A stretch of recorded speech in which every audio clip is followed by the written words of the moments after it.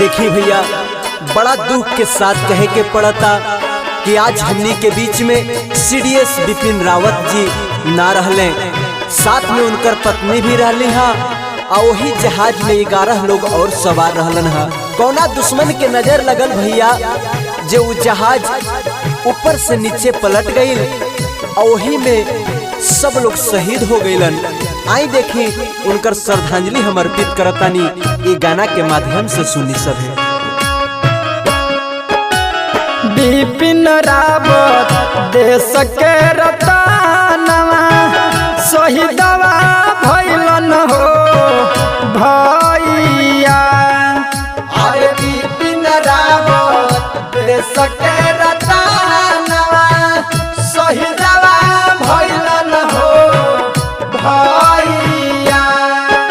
अरे लोरावा से भरल बा नयनवा छोड़िए गइलन हो भैया। अरे बिपिन रावत देश के रतनवा शहीदवा भइलन हो भैया। Recording by Maharani Music.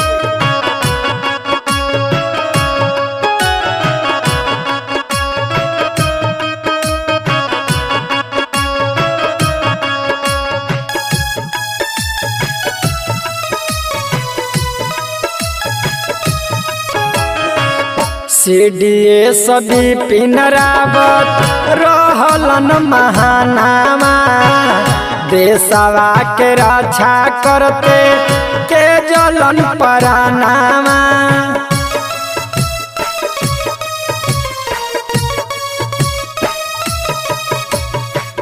CDS Bipin Rawat रहलन महानामा देशवा के रक्षा करते के जलन परानामा।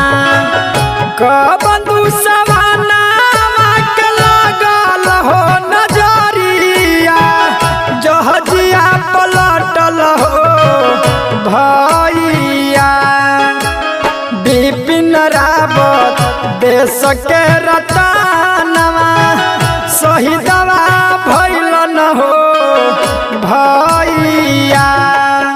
अरे बिपिन रावत देश के रतनवा शहीदवा भइलन हो भैया। Music by Manoj Mahi.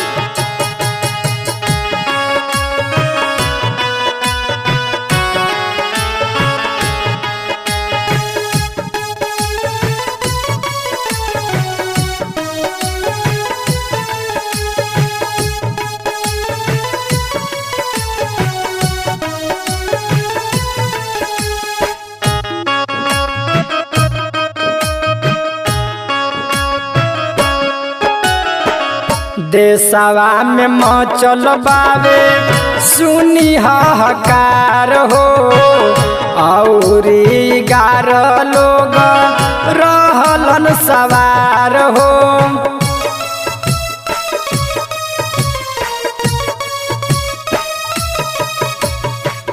देशवा में मचल बावे सुनी हाहाकार हो औरी 11 लोग रहलन सवार हो। रहलन परिवार संगे उनको गइल जनामा शहीदवा भइलन हो भैया। बिपिन रावत देश के रतनवा